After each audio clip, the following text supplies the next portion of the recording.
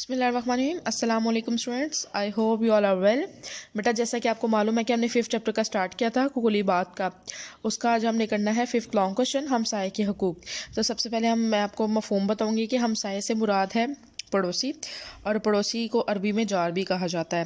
تو اللہ رب العزت نے اسلامی معاشرے کو باہم خوشگوار اور محبت بڑا بنانے کے لیے اللہ تعالیٰ نے آپس کے کچھ حقوق طے کیے ہیں, اور اس میں مطلب ہمارے رہنے کے لحاظ سے سب سے پہلے جو حقوق آتے ہیں, مطلب جب سب سے پہلے معاشرے کے اندر ہمارا جن سے واسطہ پڑتا ہے وہ ہمارے ہمسائے ہوتے ہیں. اس لیے اسلام میں ہمسائے کے حقوق پر بہت زیادہ زور دیا ہے. تو قرآن کی روشنی میں ہمسائے کی اقسام ہے. قرآن کی روشنی میں آپ دیکھیں سورہ النساء کی ورڈز نمبر 36 کے اندر ہے کہ رشتہ دار ہمسایہ کے ساتھ اور غیر رشتہ دار سے اور پہلو کے ساتھی کے ساتھ اچھا سلوک کیا جائے. ٹھیک ہے, یعنی اس آیت سے ہمیں معلوم ہوتا ہے کہ ہمسائے کی اقسام ہے. نمبر 1, ایسے لوگ جو ہمسائے ہونے کے ساتھ ساتھ رشتہ دار بھی ہوں.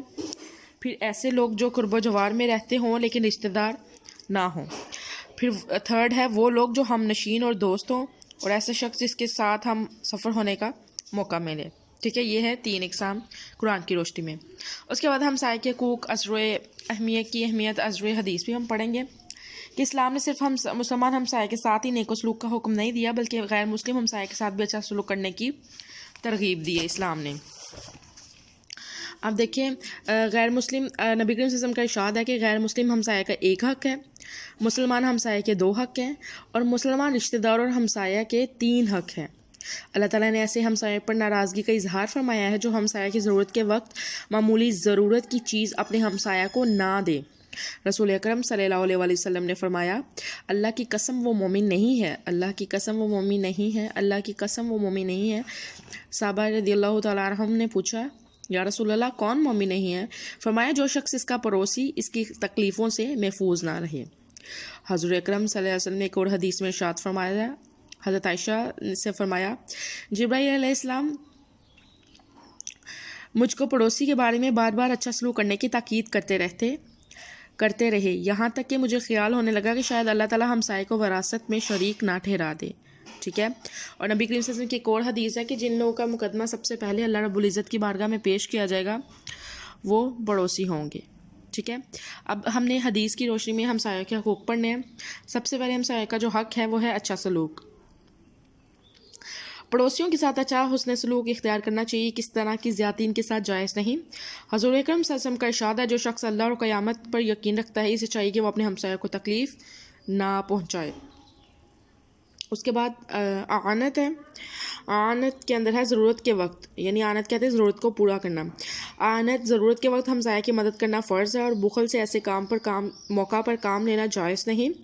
حضور صلی اللہ علیہ وسلم نے ارشاد فرمایا, اگر ہمسایہ تجھ سے قرض مانگے تو اسے قرض دے, اگر تجھ سے مدد طلب کرے تو اس کی مدد کر.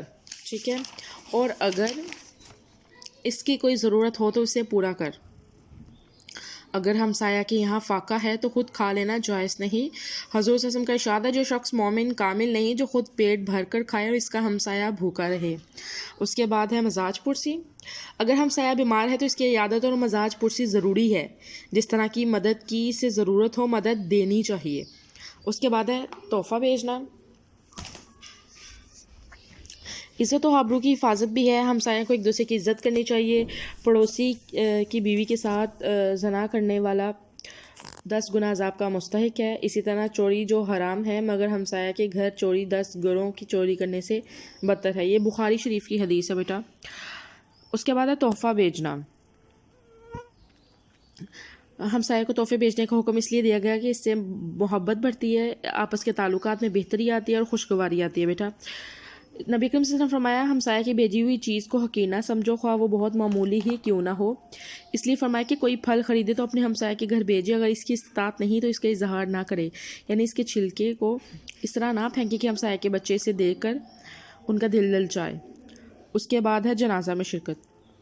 اگر ہمسایہ کا انتقال ہو جائے تو اس کے جنازہ میں شرکت اور اس کے سلسلے میں ممکنہ تعاون ضروری ہے.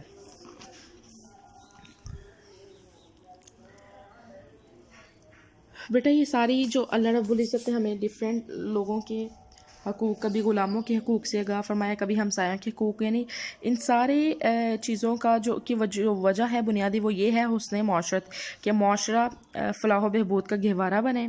سو ہمیں چاہیے کہ ہمیں بھی ہمسایوں کے ساتھ اچھا سلوک کرنا چاہیے تاکہ ہم ایک اچھے معاشرے کی بنیاد رکھ سکیں اور اچھے شہری ہونے کا ثبوت دیں. بیٹا اس اسکیچ کو یاد کر لیجئے گا، اس کو کوشچنس کو دیکھ لیجئے گا. Take care. اللہ حافظ.